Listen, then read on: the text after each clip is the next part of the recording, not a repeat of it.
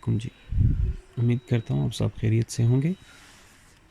आज की वीडियो में हम फुल रेस्टोरेशन करेंगे P30 Pro, Huawei P30 Pro। ये आप देख सकते हैं, इसकी पूरी स्क्रीन टूटी हुई है, कोई डिस्प्ले नहीं है। तो आज की वीडियो में हम P30 Pro की फुल रेस्टोरेशन करेंगे। इसकी बैक साइड भी टूटी हुई है। ऑन द राइट साइड आप देख सकते हैं, जिसके ऊपर टेप लगी हुई है। सबसे पहले आपने क्या करना है कि इसको अच्छी हीट देनी है बैक पैनल उतारने के लिए। यहाँ पर वीडियो की स्पीड 4 टाइम्स फास्टर है ताकि मज़ीद टाइम सेव हो सके इसमें। बैक रिमूव करने के बाद आप देख सकते हैं कि इसके ऊपर वायरलेस चार्जिंग पोर्ट का पैनल लगा हुआ है। इसको रिमूव करने से पहले हमें जो 12 स्क्रूज़ हैं वो रिमूव करने पड़ेंगे। इसको हम 1 बाय 1 रिमूव करते हैं। अगर आप ये वीडियो आखिर तक देखेंगे तो आप इस काबिल हो जाएंगे कि आप Huawei P30 Pro जो LCD है वो आप ख़ुद रिप्लेस कर सकते हैं। 20 मिनट्स के इस वीडियो में आप इस काबिल हो जाएंगे कि आप इस स्क्रीन को जो है और इस फ़ोन को पूरा खोल सकते हैं। ये अच्छा खासा एक्सपेंसिव फ़ोन है और इसकी LCD भी UK में 200 पाउंड की सर्विस पैक आती है। जी 1 बाय 1 सारे स्क्रू इसके रिमूव करेंगे। यूज़ करने के बाद कोशिश करें कि तमाम स्क्रूज़ को सीक्वेंस में रखें ताकि आपको वापस फिटिंग में आसानी हो। मोस्टली स्क्रूज़ जो हैं वो सेम साइज़ के हैं। अगर कोई एक आध छोटा साइज़ में हो तो उसको सीक्वेंस में रखना चाहिए ताकि आपको याद रहे। साइड के 3 स्क्रू खोलेंगे।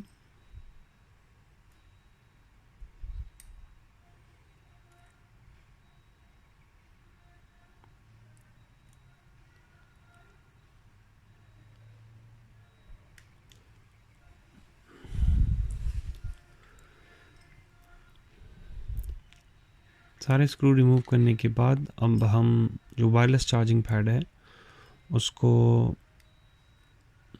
प्लास्टिक प्रेयर के साथ जो है बैटरी से अलग करेंगे। मामूली सा स्टिकी होता है, ज़्यादा फोर्स लगाने की ज़रूरत नहीं है।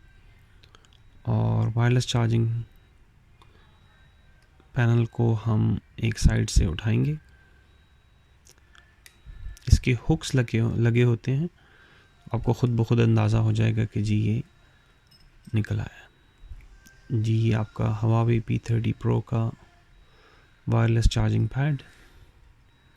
कितना आसान है जी, देखें यहाँ तक बिल्कुल इजीली रिमूव हो गया। ये रिमूव करने के बाद मदरबोर्ड के ऊपर राइट साइड के ऊपर एक स्क्रू लगा होता है, उसको अटैच करने के लिए यहाँ सबसे पहले आपने चार्जिंग पोर्ट को है डिस्कनेक्ट करना है, बैटरी डिस्कनेक्ट कर देनी है और साथ ही साथ जो है यहाँ पर ये LCD का कनेक्टर है, इसको भी हम डिस्कनेक्ट कर देंगे। राइट साइड पे जो स्क्रू लगा हुआ है मदरबोर्ड के ऊपर उसको रिमूव करेंगे और उसके बाद हम इस काबिल हो जाएंगे कि हम मदरबोर्ड को LCD के पैनल से अलग कर सकें। और राइट साइड पे आपको अभी नज़र आएगा कि एंटेना लगा हुआ है, तो मदरबोर्ड उतारने से पहले आपने एंटेना को भी डिस्कनेक्ट कर देना है। जी तो यहाँ पर हम एंटेना को डिस्कनेक्ट करेंगे।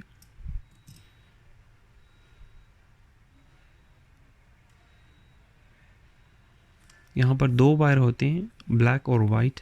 ब्लैक वायर नीचे होती है और वाइट वायर ऊपर होती है। जब आपने लगाने हो तो इसी सीक्वेंस से दोबारा लगाएं और अच्छी तरह एडजस्टमेंट करें मदरबोर्ड को। ये देखिए कितनी आसानी के साथ जो है मदरबोर्ड उठ गया है। ये जी Huawei P30 Pro का मदरबोर्ड अलग हो गया। अब हम चार्जिंग पोर्ट, स्पीकर और सिम रीडर जो है वो उसको डिस्कनेक्ट करेंगे। सबसे पहले आपने क्या करना है कि सिम ट्रे को इजेक्ट कर देना है, क्योंकि जब तक ये होगा फ़ोन के अंदर आप उसको नहीं उठा सकेंगे। और साथ ही साथ में ये खदशा भी होता है कि अगर आप भूल जाएं कि सिम ट्रे है अंदर या सिम लगी हुई और आप उसको लिफ्ट करने की कोशिश करें तो सिम ट्रे डैमेज होने का ख़तरा होता है।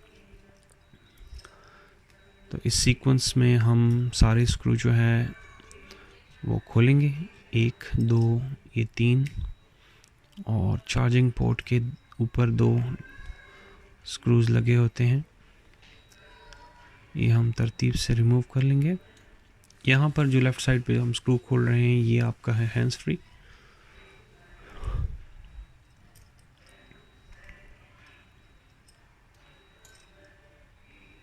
स्क्रू को थोड़ा सा मैग्नेटाइज करेंगे ताकि जो है वो स्क्रू सही तरह से पकड़ सकें। ये पैनल उतारेंगे, देखें कितनी इजीली उतर गया है।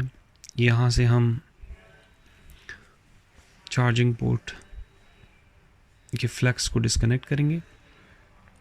डिस्कनेक्ट करने का तरीका ये है कि आप थोड़ा सा इसको लिफ्ट करने की कोशिश करें मामूली सा, ताकि लूज़ हो जाए, और ऊपर की तरफ खींचे आप इसको, ये आसानी से निकल आता है। ये देखें आपके सामने है टाइप सी चार्जिंग पोर्ट निकल आया है। अब यहाँ पर जो है ये फिंगरप्रिंट को रिकग्निशन के लिए ये फ्लैक्स लगी होती है, उसको डिस्कनेक्ट करेंगे हम। और ये जो फ्लैक्स है ये आपने उतार के साइड पे रखनी है, और साइड पे रख के, क्योंकि जो नया पैनल है उसमें ये फिर दोबारा ज़रूरत पड़ेगी। अब ये सिम रीडर के साथ जो वायर लगी हुई है उसको डिस्कनेक्ट करेंगे साथ में इसको, और सिम कार्ड रीडर को लूज़ करने के बाद इसको साइड पे रख लेंगे। अगर आप चाहें तो इसको अटैच भी रहने दे सकते हैं, लेकिन बेहतर है कि आप इसको डिस्कनेक्ट करके साइड पे रख लें, दोबारा फिटिंग में आपको ज़्यादा इजी रहता है।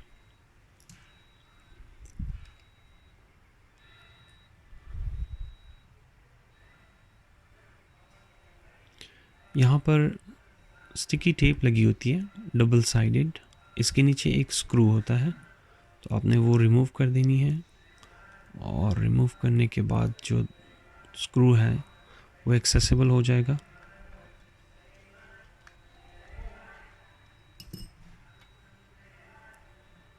अब आपने इसको उठाना है तो मामूली सा जो है वो लिफ्ट करेंगे, कोशिश करेंगे, थोड़ा सा स्टिकी होता है, तो मामूली फोर्स से ये देखें निकला है।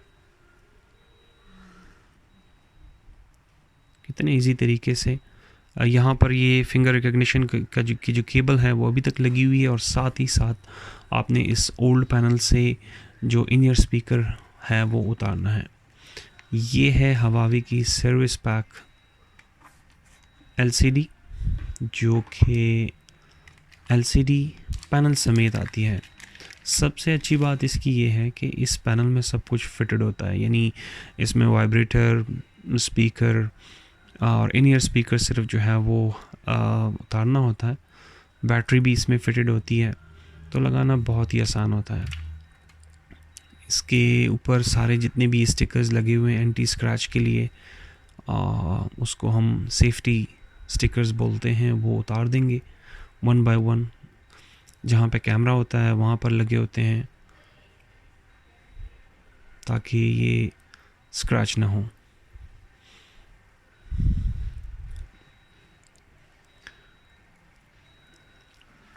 इस स्टेज के ऊपर आपने पुराने पैनल में से जो इन ईयर स्पीकर है वो उतार के लगा देना है, चूँकि वो सर्विस पैक LCD में नहीं आता। मामूली सी हीट दे के उसको उतार के यहाँ पे लगा देते हैं।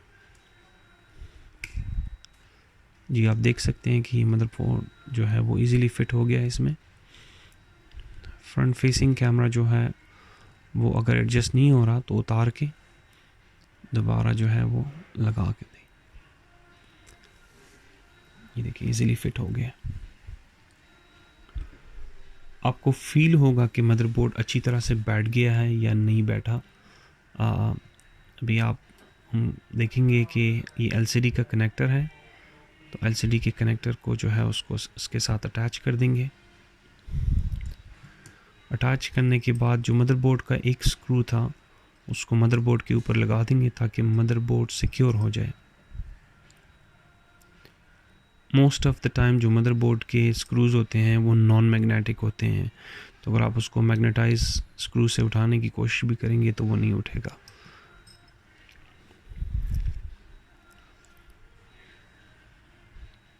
मदरबोर्ड सिक्योर करने के बाद अब हम क्या करेंगे कि जो फ्लेक्स रह गई थी फिंगर रिकग्निशन की वो पुराने पैनल में से उतार देंगे और फिंगरप्रिंट की फ्लेक्स जो है वो इस पैनल के ऊपर फिट कर देंगे।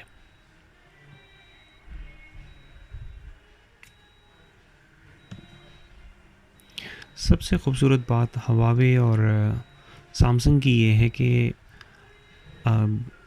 फिंगरप्रिंट जो उसमें फिटेड आता है वो फिंगरप्रिंट को रीड कर सकता है, जबकि एप्पल सीरीज़ में ये ऑप्शन नहीं होता। अगर आप उसका होम बटन रिप्लेस करेंगे तो एज ए होम बटन तो वो काम करता है लेकिन फिंगर रिकग्निशन काम नहीं करता।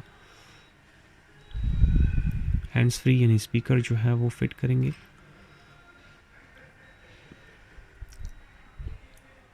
तरतीब वाइज उसका स्क्रू लगा देंगे।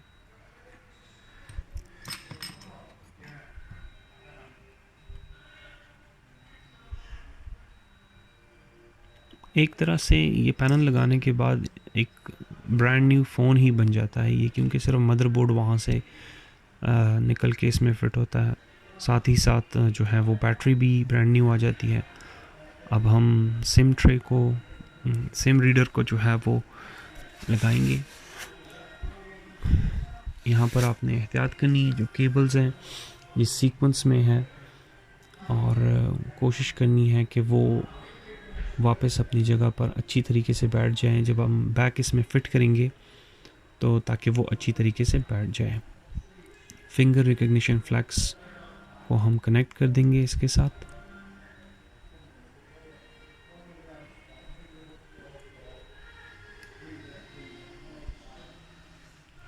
आपको ख़ुद बहुत फील होगा कि जी मदरबोर्ड अपनी जगह पर बैठ गया है, साथ ही साथ सिम ट्रे जो है वापस अपनी जगह पर फिट हो गया है।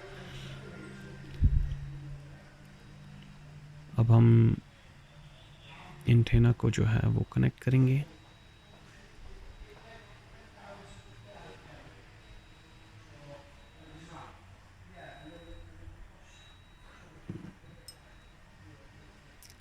इनके लिए जो इन वायरिंग के लिए जो स्लॉट बनी होती है, अगर आप प्लास्टिक ट्रे के थ्रू इसको थोड़ा सा प्रेस करेंगे तो ये अच्छे तरीके से अंदर बैठ जाएगा।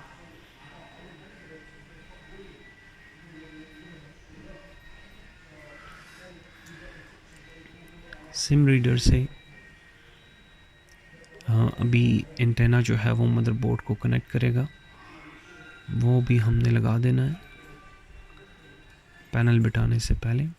साथ ही साथ जी ये देखें charging port, type C charging port है ये,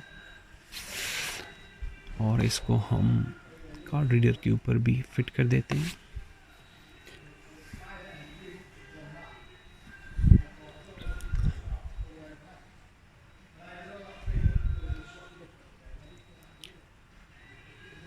कार्ड रीडर से एंटेना को कनेक्ट करेंगे मदरबोर्ड के साथ,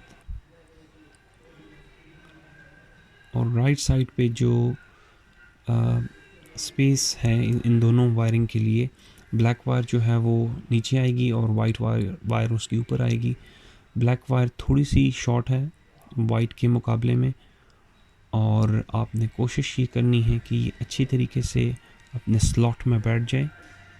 उसका फ़ायदा ये होगा कि जब आप बैक कवर लगाएंगे तो वो अच्छी तरीके से अपनी जगह पर बैठ जाएगा।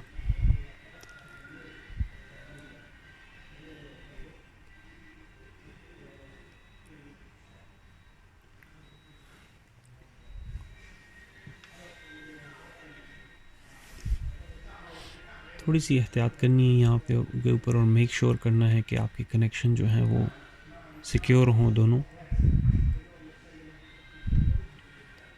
और प्लास्टिक की टूल से हम इनको अच्छे तरीके से एडजस्ट कर देंगे।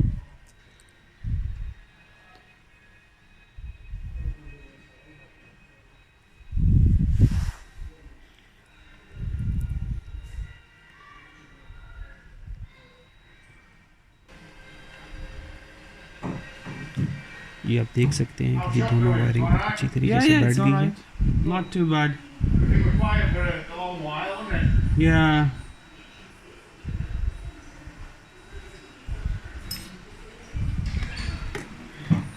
How many shots have they got? I think they got now, used to be 84, now 54.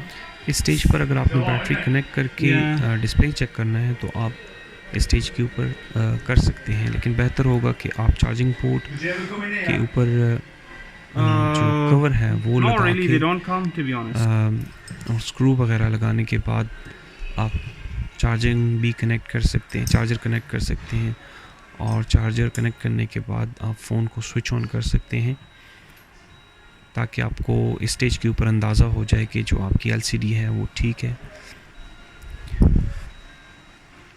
जी आप देख सकते हैं कि जी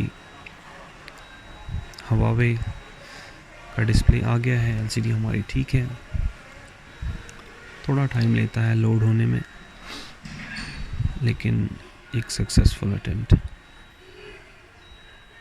अगर पासकोड नहीं है आपके पास तो आप सारे डिजिट्स जो है वो 3 के सीक्वेंस में, यानी 1 2 3 4 नहीं टाइप करना था, क्योंकि फ़ोन डिसेबल ना हो जाए अगर 4 डिजिट्स का पासकोड है। तो ये आप देख सकते हैं कि जी फ़ोन का टच भी सही तरीके से काम कर रहा है। अब हम क्या करेंगे कि जी वायरलेस चार्जिंग पोर्ट जो है वो दोबारा एडजस्ट करेंगे। हमेशा ये याद रखना है कि बैटरी को डिस्कनेक्ट करना है या फ़ोन को स्विच ऑफ कर देना है। इस स्टेज के ऊपर चूँकि आप फ़ोन स्विच ऑफ करेंगे, क्योंकि बैटरी डिस्कनेक्ट नहीं कर सकते आप, रीअसेंबली हो रही है, तो आपने फ़ोन को स्विच ऑफ रखना है। फ़ोन स्विच ऑफ करने के बाद आपने वायरलेस चार्जिंग को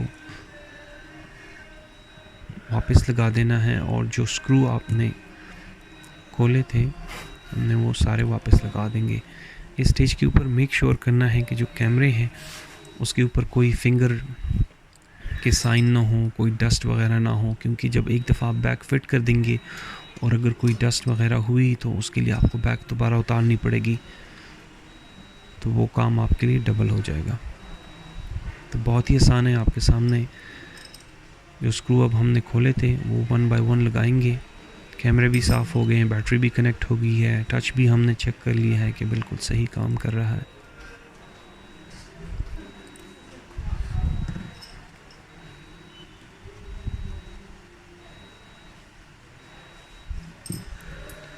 यहाँ पर बहुत सारे व्यूवर्स ऐसे हैं जो यही पूछते हैं कि जी आप इलेक्ट्रॉनिक स्क्रू ड्राइवर का इस्तेमाल क्यों नहीं करते। मैं पर्सनली प्रेफर करता हूँ मैनुअल को, क्योंकि उसमें से आपको स्क्रू के एडजस्टमेंट का अंदाज़ा हो जाता है। जो मशीन है वो उससे ही होता है कि वो फुली फोर्स लगा देता है और मोस्ट ऑफ द टाइम जो है वो ज़्यादा उसको प्रेस कर देता है। ज़्यादा प्रेशर बढ़ने की वजह से जो है आपका पैनल टूट भी सकता है।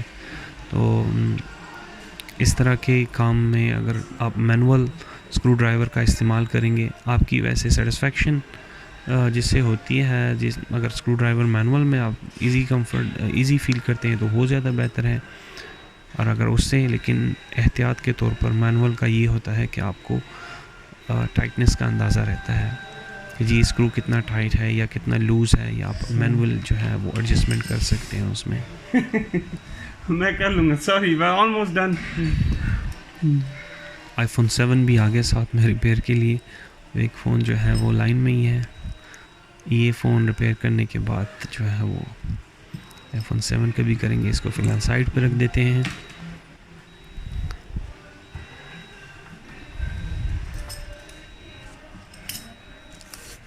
ये है जी, क्योंकि बैक उसकी टूटी हुई थी और LCD हमारे पास ब्लैक वाली थी, सर्विस पैक में तो हम इसके ऊपर ब्लैक ही बैक लगाएंगे। वैसे बैक के साथ स्टिकी टेप लगी होती है डबल साइडेड, जो कि मोर देन एनफ है, लेकिन एहतियात के तौर पर आप थोड़ा सा B7000 ग्लू जो है वो लगा सकते हैं बेहतर एडजस्टमेंट के लिए।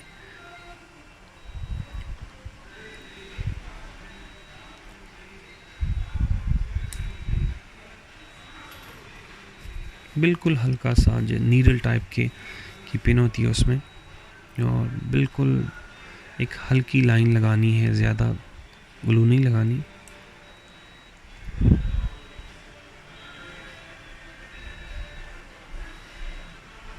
ज़्यादा ग्लू लगाने से जब आप प्रेस करते हैं तो वो बाहर आ जाती हैं, जो कि अच्छी है, इम्पैक्ट नहीं पड़ता उसको। अभी इसको बैक लगा देंगे।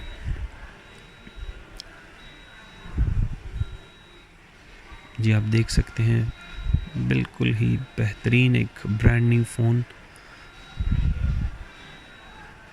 और ज़बरदस्त किस्म की फिटिंग, कोई गैप नहीं है इसमें।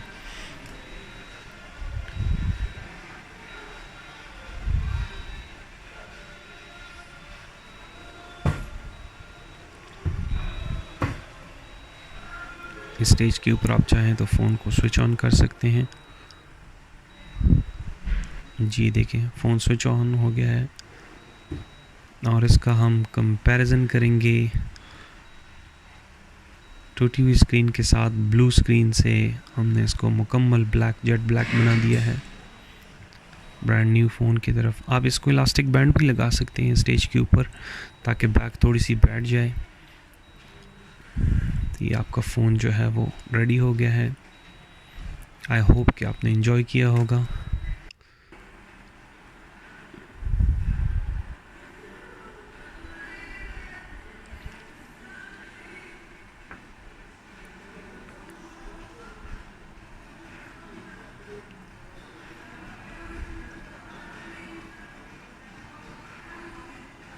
ये एक मुकम्मल ट्रांसफॉर्मेशन है आपके पास। देखें एक बेहतरीन सा panel, brand new phone panel के साथ